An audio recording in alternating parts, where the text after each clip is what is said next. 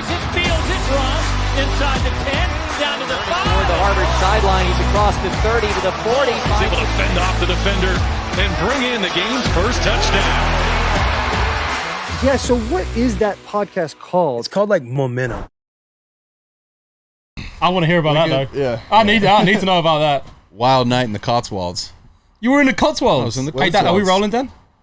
Yeah, I suppose we can. Okay, what were you doing in the Cotswolds? Wandering. No. Okay, the Cotswolds is where all like the rich people live. It's the in England. Shire, bro. It's the Shire. Have you ever seen Lord of the Rings? No, I haven't. You've not seen It's Lord the of the what? Rings? It's the what? The Shire. You know from Lord of the Shire. He Rings? says Shire, Shire. better than The I can say Shire. Shire. Yeah. So what is it? I've never seen it. It's where all the rich people live, basically. It's like the country. Everyone lives in the Cotswolds. Like, everyone has horses. It's a summer house. Yeah. You guys would go to like Lake Tahoe or something here. Okay. In England, Going in 2 weeks. Hey, there you go. You do camps out there, right? I do one, yeah. So you did a camp in London. I did, yeah. NFL put on, I don't know what it was called, but Willie McGinnis, there you go, Trojan. There you go. Hey, dude, I got this thing. So it was years ago. And, went out to London, ran a camp at, I got to think of it. Stadium-wise? It was a university. Was it? Gosh, It I would've got been- a hat I would have from thought it there, would have been too. Loughborough. I would have thought. No, I would know it if big old building with the old church. That doesn't narrow it down. King's College, Royal Holloway. I could have. Royal Holloway. Royal Holloway. Yes. There you go. Yeah. There you go. They're green and purple, Yeah, and they're yeah, like yeah, the yeah. Bears or something. Royal Holloway. Yeah, because all these English kids were like, "Dude, can I get that shirt? Like, what are you gonna do with those shorts?" And like I needed more NFL gear, and I go, "I'll trade you for that hat." And I got a dope Royal. I got a kind of my closet looks like a lids, and I got this Royal dope Holloway hat. Royal Holloway hat, little snapback. Yeah. Are there any good? Are they better than Durham? No. Durham were the best team in the country when I was playing. So there. yeah, they won the national championship out there. Then he came out to Vandy. That's where I met him. Yeah, that and was the then whole thing. when I came out here, I was like, hey, why don't you come Why out do you pull up to LA? USC? Yeah. And then I ended up here. Crazy journey. So And now we're here. Did we start? Yeah. Oh, we're on? Oh, yeah, yeah, I guess we're we're rolling. We're on? Yeah. Welcome everybody. Yeah. Yeah. Well, yeah. Let's introduce. Jordan, thank you for coming on, brother. Yeah. We've been trying to make it happen for a minute, and appreciate you taking the time. Yeah. No, you were throwing Drake's Pro Day the other day, which is pretty cool. Took I my was. spot. If I was healthy, you know. Maybe not. Threw to him this morning. Oh, really? Yeah. How was that? It was good. Him and Des Ridder, and they're rolling, man. They're off to a hot start in Yeah. Atlanta. I've seen a lot of news about them too, and apparently Really? Building Des Ridder's chemistry. going to be nice. Wow. Yeah, the head coach came out and made a comment, and they just don't usually say stuff like this, but like this guy's miles ahead of any rookie I've been around or something like that. Yeah. You know what I mean? Where he's just the way he's picking it up, the way he sees it and understands it. I've been working with Des. I've been around him for 2 years now. The maturity, and I talk about this a lot. Like when I'm evaluating a quarterback, high school, Elite 11, college, draft prep, NFL guy, my eye before anything physical goes to two things. It goes to confidence and maturity. And so put this in your perspective, Mo, right? Like you've been around a lot of quarterbacks, right? A lot of terrible ones. You're around a great one right now. Maybe one of the best I've ever seen at that age. And Caleb, coming out of Elite 11, I think he might be the best I've seen. I've been a part of Elite 11 for 25 years. Comes down to confidence and maturity. So confidence is like really two parts of it. It's, is it reactionary confidence where it's like dependent on the environment? Like everybody says I'm the man, I believe him. Everybody says I'm a bum, I wonder if they're right. And then, or is it self-generated confidence, which is like, I don't give a shit what anybody thinks. This is what I believe about myself. A dog. Right? Dog is another way to do it, right? And then on the maturity side, it's not tucking in your shirt, being on time, saying yes, sir, having great manners. That's etiquette. Maturity is, can I put you in a brand new situation that you've never been in before, and you really don't even have any preparation for it, but you like always handle it correctly. You're poised, you make great decisions, you know what I mean? You're present. Confidence leads into that too, but like those two things. And so the first time I was around Des, he had stuff to work on like anybody does in college, but I was like 2 for 2, boom. Yeah. So I'm in. How can I help? And so, junior year went nuts. Senior year went how it went last year, which is awesome. Now he's got a chip on his shoulder because he's in the best spot possible in Atlanta. But he was taken in the 3rd round, right?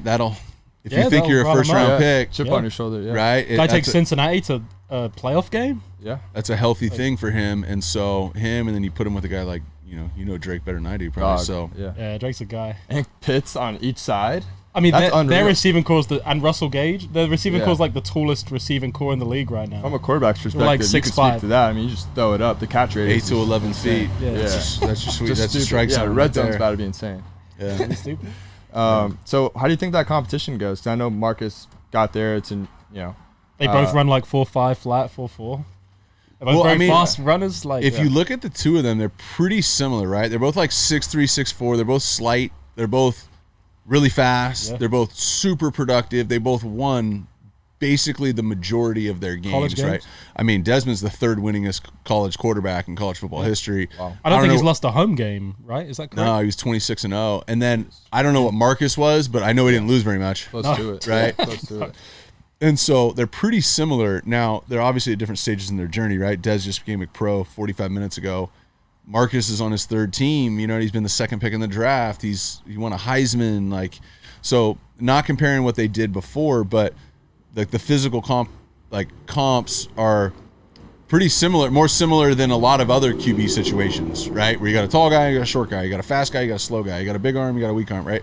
So there's a lot of unique traits that are pretty common between those two guys. I don't have an opinion on how the competition's going to go. I don't know. We'll see. Yeah. But what a great guy for Desmond to be in a room with, and they only have 2 on the roster right now. There's 32 teams in the NFL. There's one team that has 2 quarterbacks on a roster. They don't even have a third guy right now. Wow. They want to get both these guys reps, and so because they're both new, and I'm not going to get into who throws it better, who does what better, but that's a good guy to learn from, because one of the things about Marcus is this dude's as humble as it gets, but came in second pick, went to Tennessee, all that. You guys were in Vandy probably at that time. Oh yeah. Yeah. And then went to Oakland and Vegas and got to sit behind Derek Carr, who's a massive personality, right? Fills up the room. He'd fill up this bus.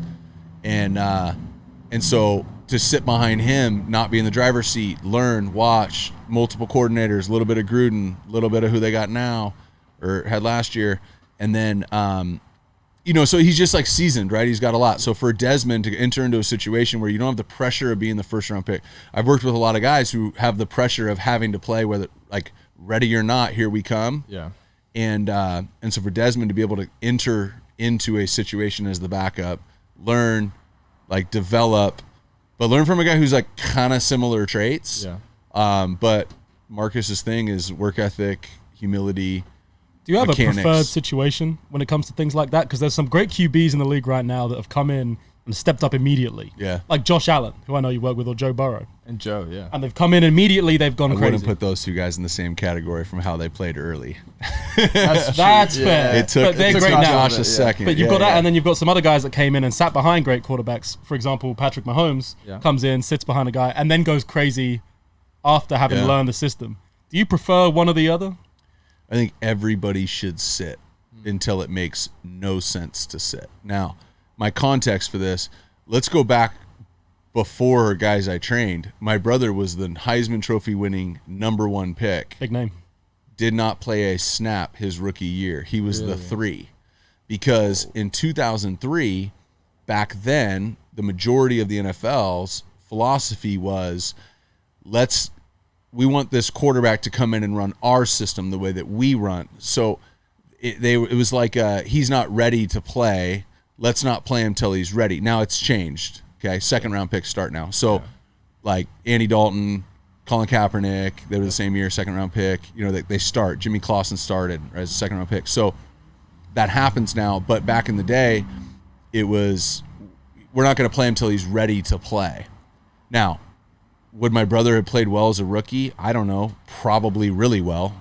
Yeah. I mean, John Kitna went 8-8 and was comeback player of the year that year, and they barely missed the playoffs. So, Carson probably would have balled his first year in the league that he played, and they were the number 2 offense, right? So that the philosophy from a managerial standpoint has changed through time, where now, like you see Cam Newton as the #1 pick, they brought in Gus Malzahn from Auburn to implement some of the stuff that they did at Auburn because we got to get this guy on the field and play him right now. Yeah. Now, in 2010, we had a lockout. There was a collective bargaining agreement, the CBA, that people might have heard of, and so things were negotiated. One of the things that was negotiated was the rookie contract went away. So Sam Bradford's the last guy to get $50 million as a number one pick. Number one pick overall. Right now, like Joe Burrow got 37. Yeah. You know what I mean? So it changed. So it became, oh shit, we got to get these guys playing now. I can't have him having his first year in his second year. So like that all that stuff's changed. But I just, like my brother will tell you, he's 49 years old, whatever he is. Like he'd looking back on it, he's like, oh, that was the best thing that ever happened to me. I got to sit behind John Kitna. I got to learn how to do it. Yeah. That was great. At the time he wanted to play, but like looking back, it was a great thing. So I'd say like I'd love for every rookie to sit, even though Joe Burrow, before he tore his ACL, was on pace to break every record. Rookie, yeah. You know what I mean? And Mac Jones balled out, and Deshaun wasn't the starter until halftime of week 1 when they benched Nate Peterman. You know what I mean? But like, and then he went ham. Yeah. You know what I mean? Like, so I think everybody should sit unless it's so overwhelmingly obvious that they should start. Yeah. You mentioned Burrow, and I saw like a video of you talking about him, like you working with him going into his senior year before he really blew up. Yeah. And like we played him that year. We actually put up at like, Vandy, yeah. We actually put up like I think the most points. Oh, we went up. That they allowed. We went up and it started. You guys just went nuts in the fourth quarter, or what? No, we went up in the first, 60? and then we we went put up like from whatever. We still lost by a lot, but anyways, like and then 30 points. Yeah, so probably the best guy I've seen in person in live action. He was very calm.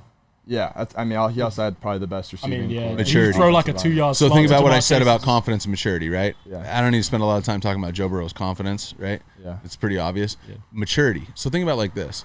So he goes to LSU, and they're 4-0. What point in the season did you guys play him?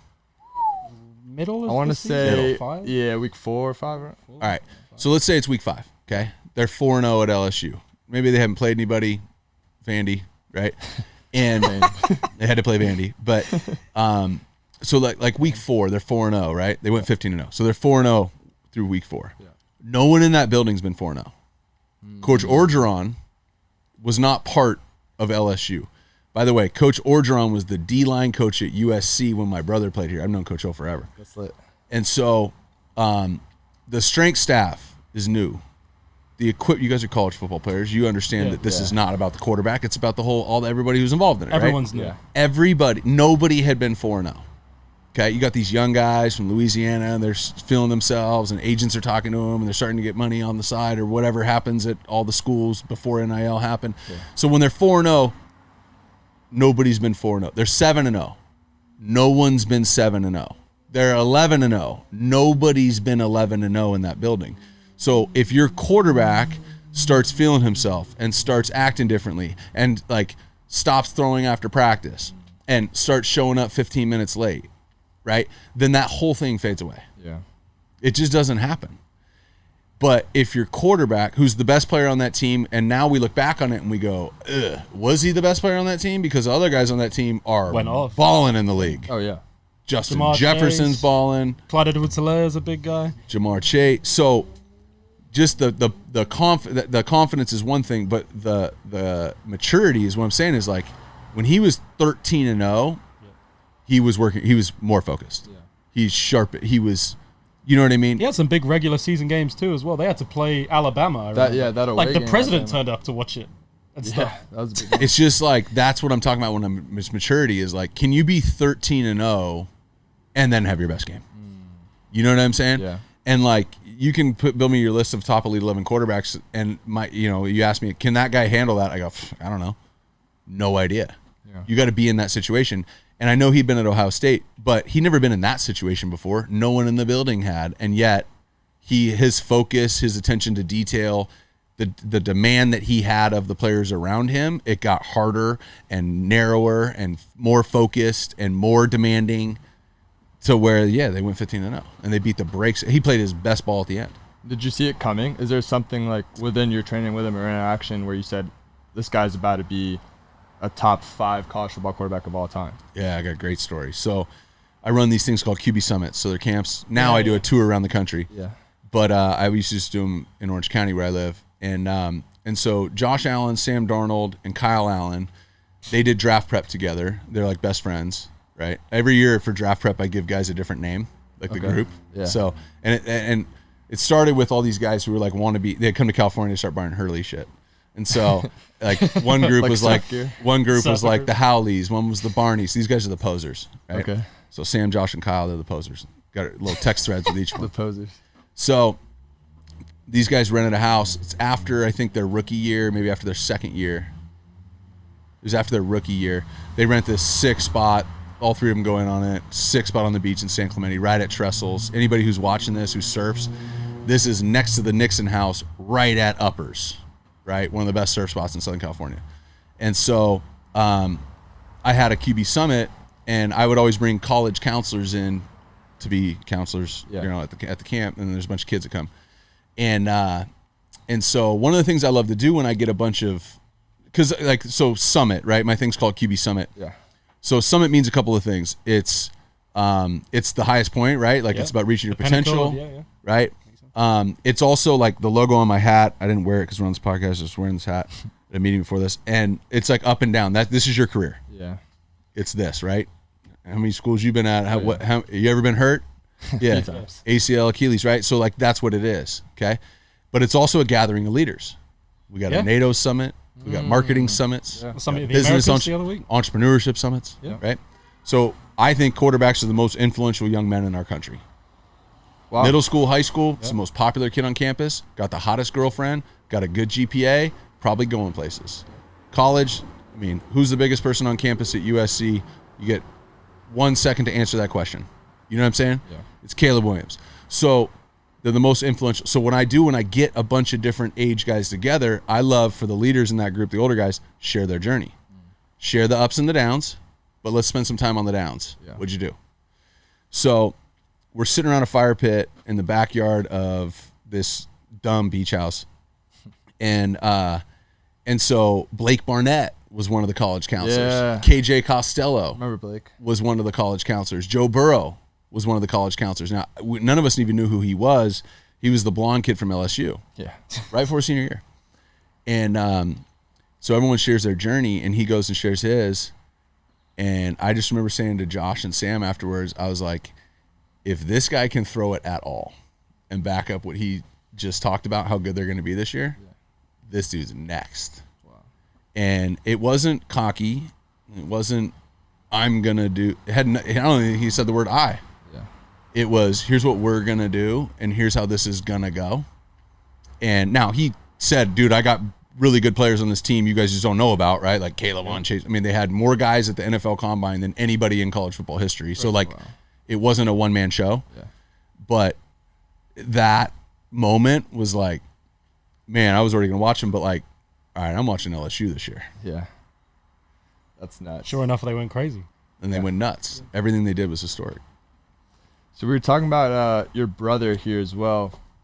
And so he lived a few blocks away. 1013. 1013. They had like a big house with some of the guys too. They had, I just went to the bathroom in your house. It's like a little bit smaller, way more hood. But like 100 yards. This is new though.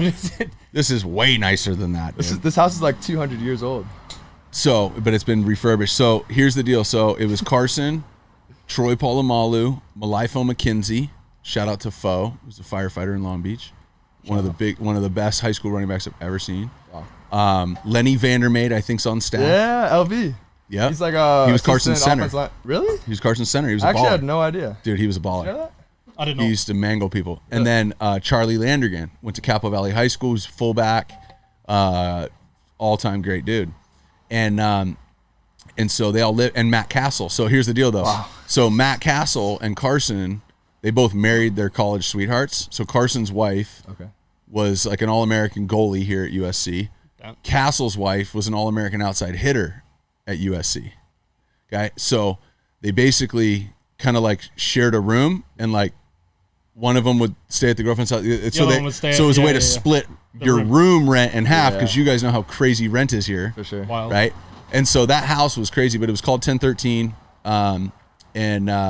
The video of Carson winning the Heisman, the video of that room at 1013, which was packed, is legendary.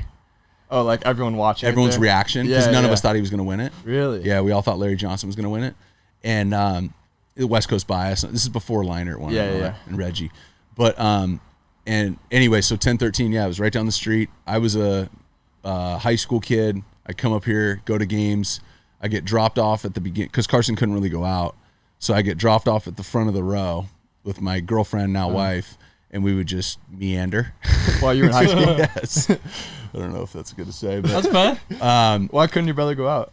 he was just Because of like how big he was? yeah, and because he would go back home and have a Because beer he already and had relax his girl. and- He was more of a chill. yeah, he just wasn't a big party guy, but yeah, so I've spent a lot of time around here. Yeah. That's the coolest. I couldn't imagine like me being a high school quarterback and then my older brother being Wins a the Heisman Heisman? Trophy winning quarterback at USC. Yeah, I mean, you're just chilling at all the college parties. Like that's Everything. the coolest thing ever. it was just some pros and some cons. That shadow was heavy too, That right? too, Because the yeah. expectations were the younger brother's going to be better, coming and out I of knew high at an early age. My brother was born to do it. Like my parents have stories and whatever, but like everything that a quarterback that's required of a quarterback, it all made complete sense to my brother. So when I watch a kid and we work out and there's a kid who just spins it, right? And he may be doing everything wrong, but he spins it. Like a term I'll use is I'll say like the ball makes sense to him. Like it makes sense for him to spin it. You've been around guys who could just spin it. Yeah. It might look Just have a good funky. feel It for might it. be sidearm. They might overstride, whatever, but it makes sense to them. And you got guys who are mechanically sound and it just doesn't really spin every time. Yeah. Right.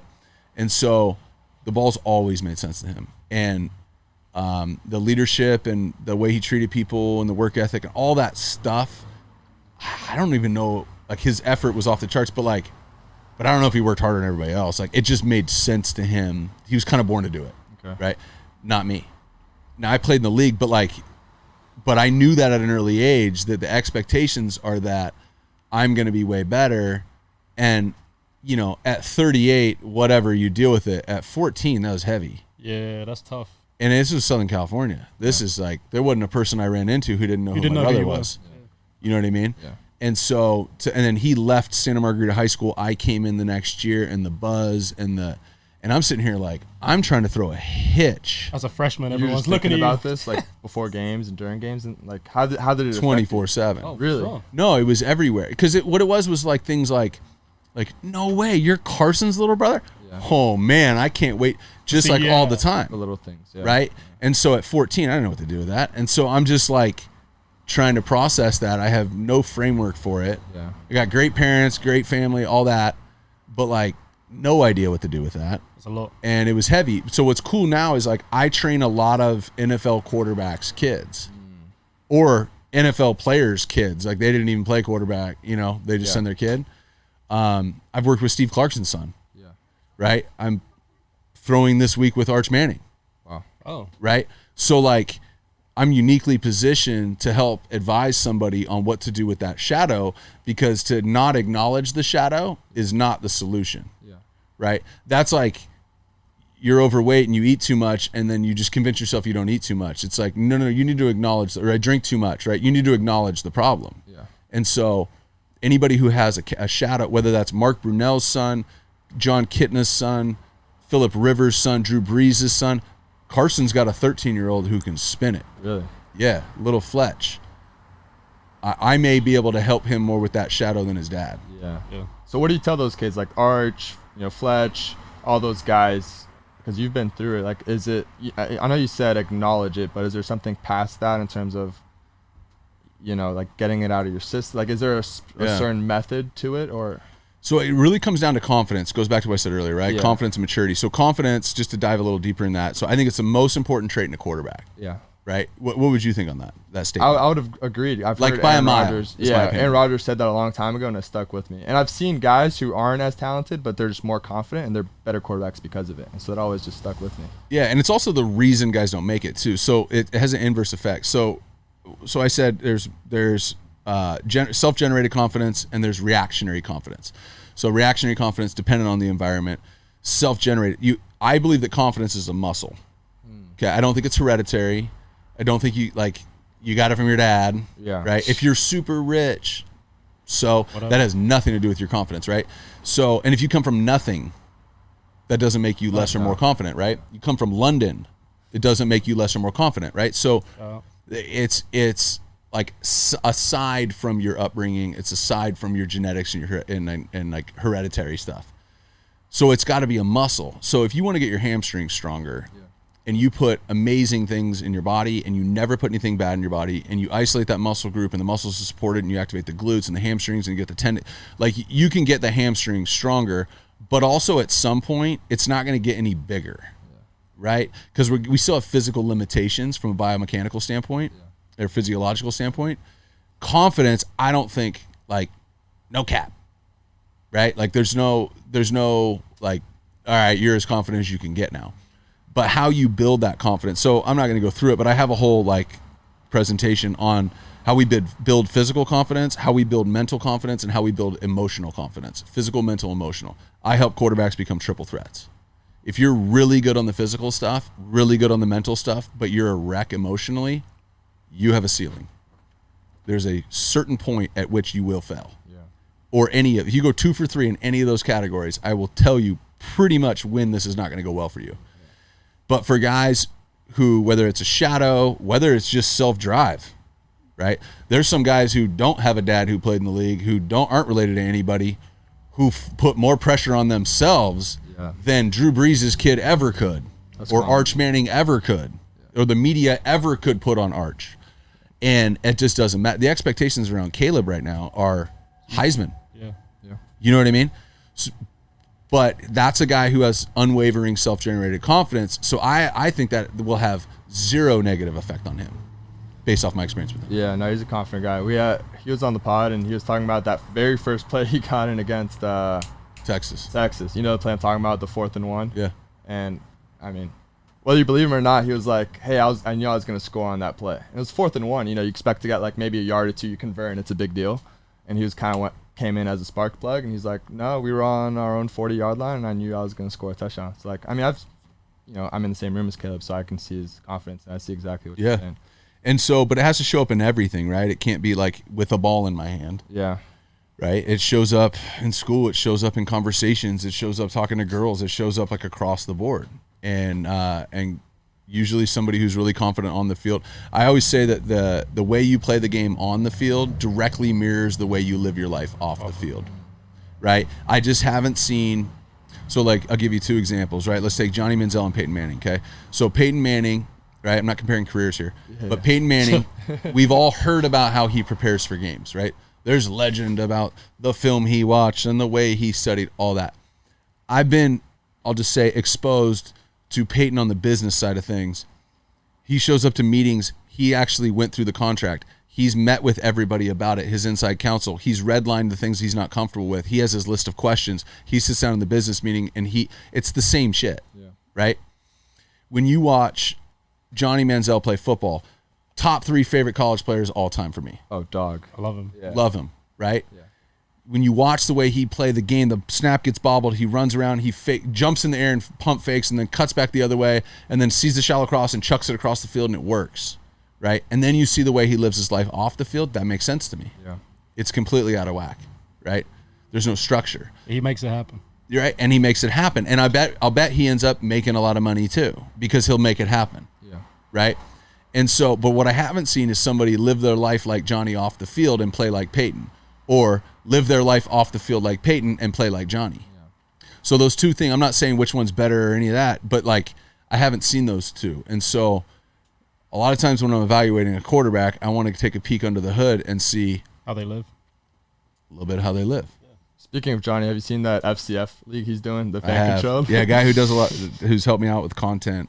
It runs social for them, so I've heard some interesting some crazy stuff. Yeah, it looks like they're just having fun with it. It's funny. I saw that quarterback, Bryant, what's his last name? The one that played at Clemson, that went to Missouri. Kelly Bryant? Kelly Bryant? I think it was him. He played in it?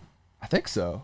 And then I think he threw a touchdown, and then he smoked the blunt after on the sideline. There was a quarterback who did smoke a blunt. That caught a lot of attention. I thought it was a white guy. I haven't seen that one. Yeah, maybe sometimes the way you live off the field ends up happening on the field too. I don't know. Yeah. No, they got some dude. They're talking about like having Vic on there. They got T.O., Johnny. Money talks. It's an interesting, I guess it's like because they've got all these alternate leagues: the USFL, the XFL, Arena League. Yeah, most Arena, which we can get into as well. Arena League zone. What's that? JP right here. You signed for the Arena League at one point? I signed with the Arizona Rattlers. I actually never even showed up. I got signed with the Bengals. I had my truck. I had my 96 F-150 packed to go to Arizona. I've been throwing. So I went around and I worked out for a couple different teams. I don't even know the names of the teams, whatever. I worked out for like 4 or 5 teams. Trying to figure out, do I want to keep playing? What do I want to do? And I went to Arizona, and they had a back-to-back-to-back, I think, at that time, MVP of the league named Sia Burley. And he was a wideout for the Rattlers, and he was a baller. And he was like, hey, he was kind of recruiting. He's like, hey, come out and throw with me. Yeah. And so I went out and threw with him, and he's running these routes. He's hitting, the motion at full speed, all this, we're on this tiny field. By the way, arena workouts were super fun. Why? Because it's just this tiny field. It's just different. Like, I'm 38. I love playing catch with my friends. I play catch every day. I play as much catch as anybody in the country. Damn near every day I'm playing catch. I love it. And it was just something super fun about this. And Sia gave me great advice. He's like, at this time, this is whatever year it was, he's like, hey, a few years ago, EA Sports came out with an arena AFL football game. I remember that. On PS1. I had that game, actually. Yeah, I remember that. So I had to go to a GameStop, which was a startup. And get it. And get a PS1 and then find online how I could get Arena. And he goes, that's the best way to learn the game. Really? So for about a month, I was on PS1. And at that time, it was like, whatever. Xbox was out. Yeah. But I was playing Arena, AFL 2011 or whatever. And that's how I learned the game. And it made a ton of sense. And then I got an opportunity to go to Cincinnati. I ended up playing there for 4 years. But got an opportunity to go there. So I never actually went. I was never actually an arena quarterback. And you were in the same quarterback room as your brother as well, which is like I think that was the first time that's ever happened. I don't think it's happened. Has it happened since? That'll be the last time it ever happens. You think so? Yeah, in 100 years it won't happen. Yeah, that is a crazy. Now brothers play together, but never on the same. Never two quarterbacks. Quarterback. Yeah. You just think about the odds of that. I don't think it'll ever happen again. Y'all had some good teams out there too. What do you think about Chad Johnson? He's the man. So one of the things about Ocho is like so there was like a couple of years when I was in college watching the Bengals, obviously like a hawk every, whatever, throwing in the off seasons, and then to be a teammate. So I kind of have him as a dude who watches TV and then teammate. And I don't know that Ocho in his entire life has ever taken anything serious for more than 5 seconds. And 5 seconds might be generous. TJ Hushmanzada would probably say 0 seconds is the accurate answer. But for a guy who's a diva and self-promoter and all the things that like some like skeptical NFL fan would call him, bro, he was an unbelievable teammate. All he wanted to do was run routes. He would run scout team. He'd be arguing with Marvin Lewis. Let me run the dig. JP, let me run the dig. And like all he wanted to do was practice, and he was harmless. So he used to have this board. You guys probably saw it. He had a board behind him of every DB he was going to face that year, and he'd bring all the cameras over, and he would cross that name off the list. Asante Samuel off the list. Darrelle Revis off the list. But it was like harmless. It was like never a problem. He was a great teammate. All he wanted to do was practice. He didn't really want to lift, and he wanted to eat McDonald's, and he didn't like meetings. But he'd show up on game day. But he was a dog, yeah. And the other thing I'll say is, like, I work with a lot of wide receivers now, and I haven't seen anything close to the ability to stop and separate like Chad. And TJ Hushmanzada is my partner on this. We coach a lot of people together, Coach Drake. Yeah. And TJ is the same thing. It's like there's just nothing even close in the pipeline. I go to the opening every year. There's just like there's a ton of faster guys. There's a ton of guys who can high point it better or better after the catch. Like every year there's more guys. But to stop and start and separate, I don't see anything in the pipeline, anything close to what this dude can do. And there's nothing in the league like that. Yeah. I think it's a generational combination of that skill, because at one point he was arguably a top 5 receiver in the league. Sure. From year to year basis. Most of the starting receivers when he was at his peak would have said he's the best, yeah. Yeah, so for sure, all pro. Yeah. And the personality side, I think for marketing is freaking insane. Like, especially everything he's doing now. Dude, if he was playing today. Unreal. Chad Johnson, NIL? Yeah. Ochocinco? By the way, it's not Chad Johnson. It's Ocho. He legally had his name changed. Yeah. He did? Yeah. Yes. Oh, well, okay. While he was playing on the Bengals. You know what's great, too, is I don't even think when he changed his name, he realized that Ochocinco wasn't 85 in Espanol. It's Ochenta y Cinco. Yeah, Ochenta y Cinco. Yeah. Right? So, like, I don't even think he went to the trouble of having his name changed. I don't even think he knew that. This dude is Oh, yeah, just 8'5". Yeah, it's just one of 8'5", one. yeah. You think about OBJ at his peak, Yeah. right? The one-handed catch, the next 2 years that followed, New York City market, the hair, the smile, the playmaking, the stats, his first couple years in the league, like record setting, all that stuff. Ocho would have been more marketable. That's true, and he did all that in Cincinnati, a smaller market. If he was in From Oregon was in New State, York? he's not from LSU. yeah. If You know was what I in mean? New York- He wasn't a first-round pick from LSU. Nope, He was from Oregon State. would have been nuts. LA Rams, New York, any of those, even like any big, yeah, any crazy. big. Yeah, if market. Ocho Chicago? was like opposite Cooper Kupp right now, he'd be the most marketable player in the NFL. for sure. And he'd have like 17 million followers. Yeah. Oh yeah, I see that. You know what I mean? his Twitter's hilarious too. He is Like, funny. He's on He's- there all day, challenging dudes on FIFA. Bro, just he everything. doesn't drink. He doesn't smoke. Never No has. cigars though. But like, Aw. he's not like Every day. funny when he gets drunk or like goofy when he gets high. The guy doesn't drink or smoke. Like he's just like that. Yeah. He's just that always person. on comedy, and he looks exactly like he looked 15 years ago. Have you been following the I Am Athlete show that he's on? A little bit, yeah. Brandon know Marshall's a close friend of mine. We played together in Chicago. One of my favorite entrepreneurs. So I've been following. I haven't seen every episode, but I've been following they're it. And killing I it. play with Pac-Man too. Yeah. Oh, that's right. Is he a regular on there now, or It is he? seems like it. Yeah. I think they started. There's a over bunch of guys that COVID. are regular right now. Like some of the Shady guys McCoy left. now does it every. Yeah, Shady's every on there episode. now. All the boys down Yeah, in Fred- South Florida, Fred basically, Taylor, yeah. down in the Broward County area, Yeah. just get together and do the. Brandon Marshall, man, there's one somebody who was misunderstood through his career. You know, he's been super outspoken about, you know, mental health, and he runs a foundation. I don't know if he still does, but he did for a long time, called Project 375, and had dealt with a lot of ups and a lot of downs. Yeah. But bro, that's one of the smartest, most creative entrepreneurs in it. And I have some business background outside of football that I've ever been around. So whatever he's doing now is nothing like what he's going to be doing later. Really? Yeah. Yeah, they've got the training facility. I know they do a lot of pro day guys. He moves some apparel. He moves protein. I He Am moves all Athlete. sorts He's of got stuff. protein, Oh too. yeah, he's got all sorts of stuff. killing it. Yeah, killing it. trying to think of the name of the training place they have down. House of Athletes. House of House of Athletes. Athletes. There you Yeah, go. they have some good guys. Yeah. That gym's really cool. I mean, Well, the show's interesting because they started in COVID when there was like a need for more content, which a lot of people actually blew up over that period of time. Yeah.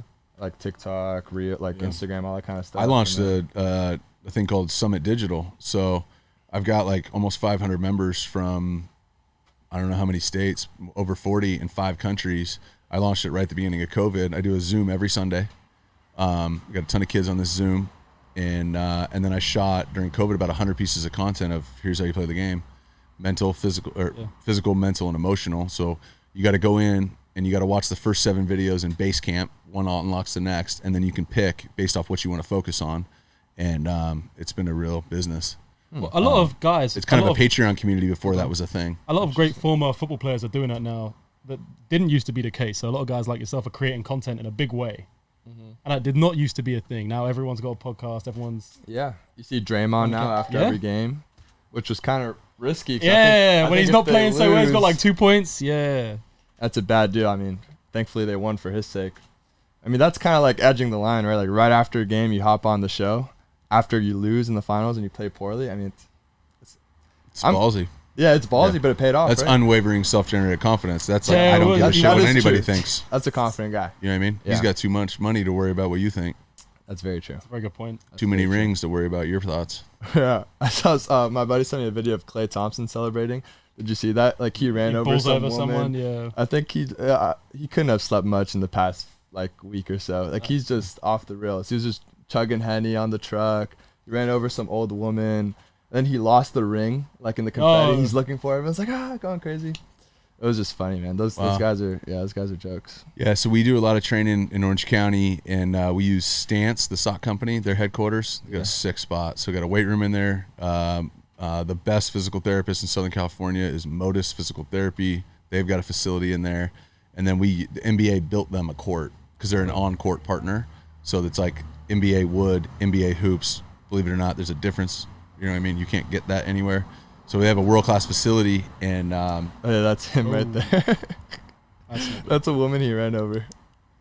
No way. I didn't see that. My nephew, shout out to Parker, is a diehard day one Golden State fan. Really? He flew up there yesterday for this. For the parade? Yeah. That's hilarious. Senior at Clemson, interning at my office, and yeah, he flew up to San Fran yesterday. But yeah, I think so at Stance, Clay rehabbed there. So it was a trip. Okay. So we'd have days where it was like Sam Darnold, Josh Allen throwing bang eights to Clay. And was it the knee or the Achilles or both? You know? I don't even remember. I don't follow basketball, so I don't even remember. We met Clay's dad when we were at a game. Yeah. With our producer, Daniel over here. Yeah, we went to Staples. He introduced us. Well, he introduced himself, but not as Clay's dad. He just, hey, my son plays basketball, actually. You might know him. It's cool. They're super humble, man. They don't. His dad's awesome. His brother, Michael's cool, too. So Clay went to Santa Margarita where my brother went. Oh, wow. So he's a Santa Margarita, Orange County guy. He lives in San Clemente. Sam, a lot of guys live down there. Yeah, honestly, that's a guy I'm really looking up to now. Like, I'm thankful for guys like that who have gone through a similar process as far as like very specifically, we have the same exact injury. Yeah. It went left knee, right Achilles. We have the same exact surgeon. He's like walking me through the same process. You guys have the same jump shot, same fadeaway. I know, right? It's same crazy, vert. Right? It's almost like you guys finish each other's sentences. No, but I'm thankful for like. There's always something worse, like Alex Smith with his leg. I think when you're going through injury, it's a reference point, right? Yeah. Like if you want to get into the game of like it could always be worse, it's like, bro, do you know where we live? Well, yeah. It could be way worse. Do you know the majority of the world's in poverty? Could be way worse. You know what I'm saying? But it's helpful to have a reference point. You know what I mean? Yeah. Someone's done it before. A North Star. Somebody's done this. This is how they handled it. This is how they should have done different. This is what I'm going to do different. So yeah, I can see how that's super healthy. So what are you trying? What's next for you? Like you're doing a lot of media stuff. You've got QB Summit. You're training guys. Like where do you see yourself moving forwards? Like do you want to be involved in the league or college football? What do you want to be when you grow up? Or you're gonna be an NFL head coach, GM? Yeah. Have you thought about it? Oh yeah, a lot. So when I got into the league, I never thought I was going to the league. I had one offer out of high school from the only school I did not want to go to. UTEP? Yeah, I ended up having a great Why career. was that the only school? Whoa, UTEP. Well, this goes back to USC. So my brother's true freshman year, they play in the Sun Bowl. They play against TCU. Okay. Who was the running back? Christian. Was it LT? LT. Wow. Okay, so he breaks basically the college football record rushing that game. Jesus. They beat the SC. It was great. Here's SC fans for you. Sorry. Everyone was so pissed that they had let TCU play in that game because we want to play against somebody real. And then TCU beat the brakes off of SC. And I'm in that game. I'm in the Senior Bowl. I'm at that game in the Sun Bowl, sitting up top with my parents. It was AstroTurf at the time. And I looked at my dad and I go, who the hell would ever go to school here? Right? 4 years later, that's my only offer. Okay, true story. Yeah. And ended up being the best thing that ever happened to me. Had a incredible career, or incredible time there. I had a good career. We filled that place up. It was rocking. You couldn't buy a ticket for 4 years. It was sick. And it was amazing community, great people, blue collar. To be honest with you, I grew up a rich white kid from Orange County. You move to a place that's 99% Hispanic. South Texas. Kind of like, it's not even South Texas. This is the border, right? This is on the border, right? So it's like 99% Hispanic. So you're like kind of the minority for 4 years. That was like, I think, a healthy experience for me, growing up, becoming a man. So it was positive in every facet. But going through that kind of whole process, I was like, my brother was playing in the league, once I got to college. So I'm watching all that and I'm like, I want to be a GM. And then by the time I got there, I didn't think I was going to the league till my senior year, really. And so when I got to the league, I saw those guys' time commitment. And not to poo-poo what anybody does, but like those guys don't see their families ever. Coaches don't see their families ever. Neither do college guys. Yeah. And so I got buddies who are coaches in the NFL who see their kids on Friday evenings. Yeah. So my thing was like, all right, I don't want to do that, but I want to do something here. And so I want to get into coaching. Shit. Same story. Okay. So my whole thing was Elite 11 started when I was in 6th or 7th grade. My dad read about it in a magazine, dropped me off. I filled up water bottles and shag balls and got towels. And I was like, this is awesome. At the Elite 11? Yeah. Is that the Bob Johnson days? I'm in 6th grade. This is even before that. Oh, wow. Bob wasn't even at Mission yet. Oh, wow. Bob didn't take the mission job till my sophomore year. I transferred 2 weeks later. He was out of coaching. So he took a little hiatus from high school coaching. And so people don't realize Bob Johnson is the godfather of all the things that are happening in QB development. He created the Elite 11 with Andy Bark at Student Sports. He was the first guy to charge money for private lessons. It didn't exist. Smart. Right? And my brother was one of his first clients, and I was a third grader sitting on my ball watching. So I've been around this my entire life. And now, when I was shagging balls at that Elite 11, Drew Brees was going into his junior year as a college counselor. So this is way back. Ben Roethlisberger was a sophomore. Right? So I've been around, and I haven't missed one since. So being around all that, it's just too much information for me to be like, I'm going to get into commercial real estate. Yeah. Right? And so, but I didn't want to be GM, didn't want to be a coach. I was playing for the Bears. One of my best buddies, Trevor Moad, passed away last year. Amazing, one of the best performance psychologists, created a lot of what a lot of professional athletes think and believe. Yeah, I have his book, actually. Yeah, It Takes What It Takes. Yeah. It's a great book. Read It Takes What It Takes, doesn't matter what you're doing in life. And his new book, Getting to Neutral, is bomb. Oh, okay. So he actually pressed send on like the email to like verify it, and then passed away 48 hours later. Wow. So that book was supposed to come out. So Trevor had taken a job with Exos, which at the time was Athletes Performance Institute, API. And it convinced me to do draft training. So I was a bear, but I was like, cool, if you guys pay me X and let me eat for free and train for free, I'll come throw with these guys, right? Good deal. First guy I walked through the door was Blake Bortles. And when you're playing in the league, you don't watch college football because you're like busy. And the last thing I want to do is watch football. And so I had no idea who he was. We got 4 overall? Or 3rd overall? I think you went third, right? Third overall. Yeah, third. Yeah, we thought like 15 was as early as we were going to get called too. It was crazy. So I'm in the green room. I leave the Bears facility, get in a car service, go to the airport, fly to New York. I'm in the green room with his family. He goes third overall, epic night. And I'm like, dude, I'm doing this. And then it just turned into like, well, I'll coach some kids. And then, well, why don't I just run a camp? There's all these kids want to come. And then it was like, well, all the stuff I did with him, I can probably do with other people. And so it just kind of evolved. And so the way I look at it right now is I have a background in business. If anybody's ever seen a rubber wedding ring, my buddies and I created that category. No way. Yeah. So that didn't exist before? No, I'm one of the founders of Kalo. Whoa. Oh, wow. So we sold to a private equity firm about 6 years ago. Okay. And then we spun off and started Common Thread Collective, which today has 220 employees. It's a digital marketing agency. My high school wideout and I, Taylor Holiday, started that, no funding, grew it from scratch. So I've hired over 400 people between the two businesses. We've done X whatever, over 100 probably in sales. And so I was doing that while I was playing. So the season would end and I'd go to work 9 to 5. Immediately. Yeah. In fact, training camp for me was the only time when I did one thing. It was the only month of the year when I just did one thing. Just ball. And so I had all this like different background. I wasn't great at any of it. I was just like kind of good at a lot of it. And I wasn't a great player. You could argue if I would have focused on football, it would have been better, but whatever. And so I was just, I don't know, I think I'm still sorting through that. But at the same time, what I know I want to do is continue to lean into my purpose. I had a friend really like challenge me to lean into my purpose in life. And what he had told me was really powerful is if you can't clearly define what your purpose is in life in 25 words or less, then it's just not clear to you. Like if I said, Mo, what's your purpose in life? And it took you a minute and a half to answer, that might be the right answer, but it shouldn't take you a minute and a half. Yeah. So through a lot of process and exercises and all these different things. So my purpose in life is to use my experiences on and off the field to help entrepreneurs maximize their opportunities. So I don't really mess with any quarterbacks who I don't think are identified as entrepreneurs. Yeah. And what's happened is Gary Vee's a good friend of mine. These guys are like they've made we've Shark Tank's made entrepreneurship about like start a company and sell it when it's like, nah, I got 7th graders who are all in on this. Like they're an entrepreneur. Yeah. So I've got all these experiences on and off the field. I'm trying to use them to help entrepreneurs maximize their opportunities. So right now, draft training, NFL vets. I've got a couple of college clients where the school is my client. They pay the tab, and I work with the quarterback coach, strength coach, and physical therapist, implementing a program that those guys adhere to. Cincinnati last year is a great example of how a quarterback can develop. I consult for a couple of NFL teams. The XFL is a new project. I'm going to head up the QB development for the entire of the XFL.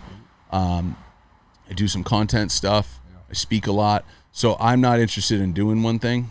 Yeah. You know what I mean? Sounds like, you're doing a lot You're of doing Damn a lot, sure I'm not yeah. going to be a GM or a coach. Yeah. But I'm in a, I drop my kids off at school every day. I pick them up every day. They were at the field today. They got Desmond throwing to Drake. Got my 3-year-old, Just chilling. shagging balls. You know what I mean? So it's like, that's what I do.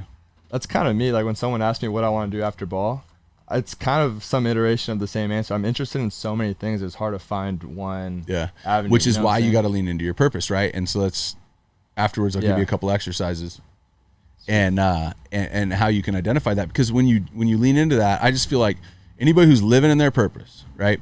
You look at this like hallway, like picture yourself in like a hotel that's like long hallway, right?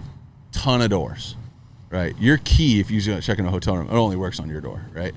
I feel like, if you're like the son of like rich people, then like you're gonna get access to more things. Well, so for this analogy, like your key might work on other doors. In my experience, when you are really living in your purpose, you either have a key to every door or it's going to end up revealing itself. Like it's going to end up opening. You know what I mean? Yeah. Kind of like somebody's watching. I guarantee there's people watching this going like, what the hell is this guy talking about? In my experience, that's been the case. Yeah. And a lot of what I do on the emotional side of things is help quarterbacks to buy into that. But I can guarantee any quarterback, their purpose in life is not to throw touchdowns. Yeah, I can relate to what you're saying. Like, I don't know if you know about Second Spoon, the nonprofit I run, but actually out of this truck, we distribute food on Skid Row, and we collect and partner with universities, dining halls, grocery stores, and we take all the surpluses, and that's what we distribute out there. Amazing, I didn't know that. So we've got several trucks. We're out here in LA, Miami, Nashville, and it's all like a student athlete run thing. I started it after junior college. And then like you just talking kind of had me thinking like I want to use my platform to help others. Like that's kind of just, that's where I find meaning. It's and the only and thing that's worth anything. For sure. Absolutely. But like you were saying with the hallway and the doors, like that's one door, but there's so many others. Yeah. And so, I mean, I guess it's one of those things where you start one and then you kind of figure out what you want to do. One after door that. opens two. Yeah, exactly. One door opens two, but at least you start and you do, because I know so many people who are like, yeah, like I want to start a nonprofit, I want to start a foundation, I want to help. I said, do it. Too many start. young people plan too much. That's what I'm saying. I'm all about just executing. Just go. Just go. Going. Start it. Yeah. Do it. We had no money. We invited a bunch of people to my parents' house. We held the fundraiser. We ended up making like $20,000-$30,000, and that's how we started. Amazing. Yeah. It's awesome. I had no funding, no experience in this. There's freaking internet and YouTube. Totally. Yeah. I mean, the amount of You can people that learn told anything. me, why the hell would I wear a rubber ring Yeah. early on? And then like How did that idea come? 15 months later, LeBron and Steph are wearing it in games. Wow. Every game. You know what I mean? And Romo. So it was just like, it's the same thing, right? So many quarterbacks, like Josh Allen, right? Sent out 1,400 emails to every college, and 2 got back to him and said no thank. Like, Yeah, that was me and Juco. I remember that. Right. I remember those days, That was yeah. both of us. yeah. This guy's the number 1 player on the planet. You know what I mean? Like, so Josh Allen? I think so. Whoa, hot Whoa. take. Hot take. Whoa. Because I did see a video. You said he's the most athletic guy at the He's position. the most Josh talented player to ever play the position. Whoa. Okay, name the other name. Cam who- Newton. Josh Allen is the most talented Okay, quarterback he's to ever faster play. than Cam Newton. Is he? Oh yeah, and he can throw layers and touches in a way that Cam never could. I love Cam. Okay, and his ability to process and the sophistication of the system that they run, it's not close. We're talking about physical talent and attribute. For sure. I think he throws drive. You got to throw 3 balls in football, right? Drive, layer, touch. He's better in all 3 of those. You can't even compare velocity. He's a better thrower of the ball, but runner is. You think he'll go down as one of the There's a lot greatest out there. quarterbacks to ever play the game when he's done with his career? It's hard to say like how the next 15 years are going to go. But the talent is there to be able to do that for Josh Allen, you think? Yeah, I think he's ahead of Cam in every rushing statistic so far. Lamar. Okay, but then Can Lamar throw the way Josh Allen look throw? at the way that Lamar throws the ball. No, for sure. But Lamar's a Right. better runner. Lamar's the best runner ever. But I'm Yeah. saying, so the whole picture here, Yeah. you cannot compare Lamar Jack. Any NFL starting quarterback, if you want to compare those 2 guys from a throwing perspective, you're going to lose that one, Yeah. right? He's also got 40 pounds on Lamar. That's very Josh true. Allen's a big Josh guy. is a big guy. When he came out in the league, He's a lot of 6'5", people were 250. people were Yeah. surprised at how much Lamar's he was runnable. 210. Yeah. Okay, so we keep going. Well, I was gonna say Mahomes, but honestly, Mahomes Mahomes doesn't run anything like isn't Josh, very so fast. next. Yeah. You got any money? Joe Burrow. No. Athleticism? No. Physical talent. Like physical. Throw, like 40 move, stop, start, every throw. Drive, layer, touch, layering a shallow cross over a man defender. You don't think Justin Herbert has a shot to be anything like that? He's pretty close, right? Yeah. But no. Fair enough. Dan, I help got me out nothing. here. Josh is a runner. Josh is a runner. Wyoming, when he came ran into a the lot. league, everyone was so surprised at how much he was running the ball. He ran 4.8 at the on combine. teams. I'm just saying, like, he runs the ball between tackles. Like, he'll set up his block and cut back. Like, Yeah. a lot of guys. Blake Bortles, he ran 4.9 at the combine. Yeah. His first 2 years in the NFL, he led all quarterbacks in rushing. People don't realize that. Cam Newton was at his peak at that time, right? Because he knew when to run. And he knew it's man coverage. If I pump fake and cut back and get 14. No one knows. Right? And, like, I've trained Deshaun since he was in high school. I was going to say Deshaun. No? From a throwing standpoint, no. Huh. From a running standpoint, no. Really? Josh is faster than Deshaun? It's not about speed. You're saying just agility? Just straight up ability to run. And, like, Josh doesn't lose yardage. He doesn't, you know what I mean? Like, he separates, he pulls away, he stiff arms, he hurdles, he also jumps over people. Is he the So best? I don't want to thrower sit here of- and, like Is he you the know what best I mean? thrower of the ball of all the younger guys that you've coached? yeah, I think he throws it better than anybody in the league right now. I think if you got the top 10 quarterbacks and they're being honest, they'd probably agree. So what's your top 5 right now in the NFL? Nah, I don't want to do that. All right. Not a good move. Yeah, that's fair. Handful of Because guys. you that would- train a lot of them. Yeah, so I'm that's just saying tough, yeah. physical talent. Josh Allen. Yeah, I'm saying it because, like, I just think the data supports it, not because trust It's- me, yeah, it's guys. just what I When think, he yeah, yeah. starts playing, you'll Yeah. see. So I made a comment in a Sports Illustrated article that he's the most talented player to play, and people went nuts because it was like 4 years ago, and people were commenting on it. And this guy knew what he's talking about. And he's and I done just very well. Don't hear a lot anymore about Yeah, that. he's gone off. He's done very, very well. That game against the Chiefs was absurd. That was probably top 3 football game I've ever seen in my life. Yeah, it was a good Well, game. He might win 2 it weeks if he before gets that, the coin he hung toss, right? 50 on New England. Yeah. Oh, yeah. He's Belichick unbelievable. couldn't end that game fast enough. Yeah. So I think right now he's playing like the best player on the planet. I agree. So, and maybe he's not this year. Maybe he's the 3rd best. Maybe he's the 4th best. But he ain't going to be the 10th. He's in the conversation, yeah. Okay. He's the odds favorite for MVP, and they're the Is he odds really? favorite for Super Bowl. So it's like, I They don't have a know. good Vegas team. thinks that too. Yeah. Someone's I right. think they'll win a Super Bowl with adding Von Miller. They will eventually win a Super Bowl with him. Yeah. They got the whole South Florida running back squad. What do they got? They've got everyone from South Florida, bro. It's like Devin Singletary, Oh, yeah. Dalvin Cook's younger brother. Yeah, James. James Cook. Yeah, I know James from back Duke home. Johnson. Yeah. They got OG from out here. Yeah. Our corner. Everyone, Yeah, from, they got a everyone squad. from Davie, Florida. Yeah. Buffalo will be fun to watch this year, for sure. They start off week 1, Thursday Night Football at the Rams. Start the season Ooh. off. It's You gonna be a big will one. be there. I'll be there. Damn, I want to go to that. Cheering on the side. Yeah, hey, that's a big game. All right. All right, let's wrap this up. We good? Appreciate you coming by, man. I know you got to be up early. Thanks for taking the time. All good. Yeah. Thank you for your time. Yeah, thank you. This was fun. And, dude, congrats, man. This is awesome. I just you. think too many people talk about what they want to do. Yeah. It's just so easy to talk and plot and plan and scheme and whatever. And so Yeah. just go and do. That's what you're doing, Mo. Like, you're just doing it. Just go and do it and see what happens when it sets. I mean, I just think that's the best way to do it. You want to start a business? Start it. Yeah. Go. And then when it's not doing well, Pivot. pivot. Yeah. That's it. So congrats, dude. Thank you. Have you considered doing a podcast? I'm in talks right now with a company right Yeah. now. Okay. I think you'd be great. Yeah, I I would do. I'd listen Yeah, to it. it's Yeah. gonna be a little twist on a podcast though. So Okay. Ooh. be more Pat McAfee than podcast. Oh, okay. Yeah. So it's like an analyst role, like you're. Nah. You can't tell us that much. You'd have to kill us. We'll talk about it after. We'll see. Negotiations right now. Okay, We'll the see. next Pat McAfee. Something like That's, that. I mean, that's $100 I would million watch it. man right Yeah, there. no, that's He a signed big huge- deal. He's changing the game. Yep. So 100%. He flipped the deal. whole thing upside down. wow, that's awesome. Cool. That was a blast. Oh yeah. Socials. Where can everyone reach you? Yeah, Instagram, TikTok, and YouTube. Jordan Palmer. I do a lot of content. I work with these guys. Grit Player Services. They kill it. Shout out to Jake Miller. But I didn't know what TikTok was. I started working with Gary Vee and his team. He said, "Trust me, go on TikTok." I didn't know what TikTok was, and it grew really quick. Went to 200,000 real quick. Wow.